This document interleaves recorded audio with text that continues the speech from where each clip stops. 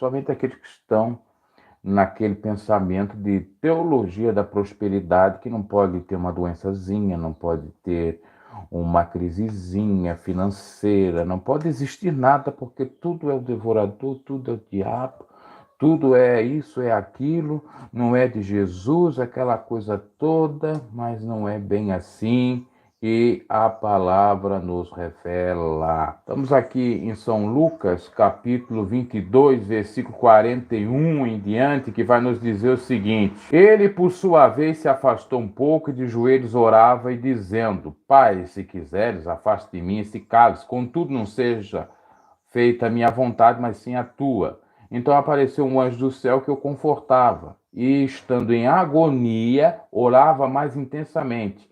E aconteceu que o suor dele se tornou como gotas de sangue caindo sobre a terra. Levantando-se da oração, Jesus foi até onde os discípulos estavam e os encontrou dormindo de tristeza. E disse: Por que vocês estão dormindo? Levante-se e ore para que não caiam em tentação. E aqui Jesus falou da oração.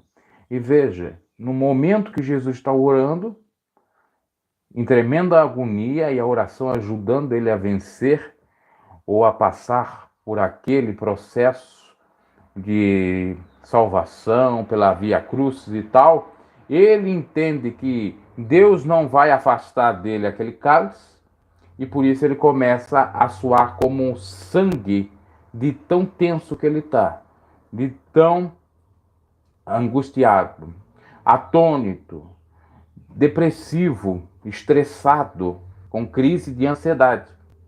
É óbvio, está muito claro o texto. Agora, os da teologia da prosperidade, eles jamais vão pregar isso aqui. Eles vão pregar um Jesus perfeito em saúde, em riqueza, em tudo. Não, Jesus suou gotas de sangue. Isso comprova que ele era humano como nós. Isso comprova que a carne era fraca. O espírito estava preparado, mas a carne era fraca. Tanto é que ele soa gotas de sangue, tanto é que no madeiro ele diz: Pai, por que me desamparasse?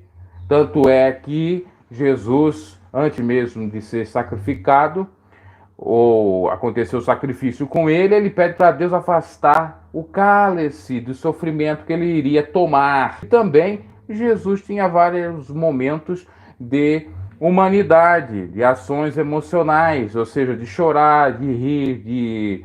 Enfim, igual a nós, de pensar, de falar, não tem muita diferença.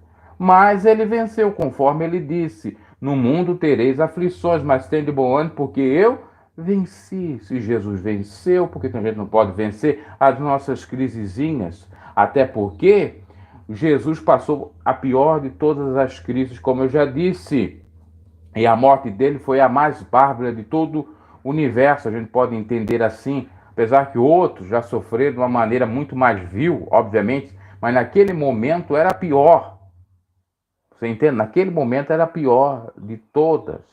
A crucificação, inclusive, era só para as pessoas mais terríveis naquele momento. E Jesus passou para nos salvar, para nos dar ajuda, para a gente entender que se ele passou por tudo isso e conseguiu vencer, por que a gente não pode vencer? Para que a gente exercite a nossa fé e vença no nome dele, porque no nome dele nós somos mais do que vencedores, não é mais do que perdedores. O perdedor é aquele que não entende o evangelho, que é o oposto ao que muitas das vezes se prega nas ditas igrejas de Deus, que na realidade são dos Zeus do Brasil, né? Tem até a marca aí dos esgotos e também de incêndio, e é até uma marca aí de bateria, Zeus também, uma empresa. Então ele serve mais essa gente, os Zeus, e prega mais sobre Zeus do que o Deus verdadeiro. O Deus verdadeiro, ele é humano. O Deus verdadeiro, ele se transforma em humano.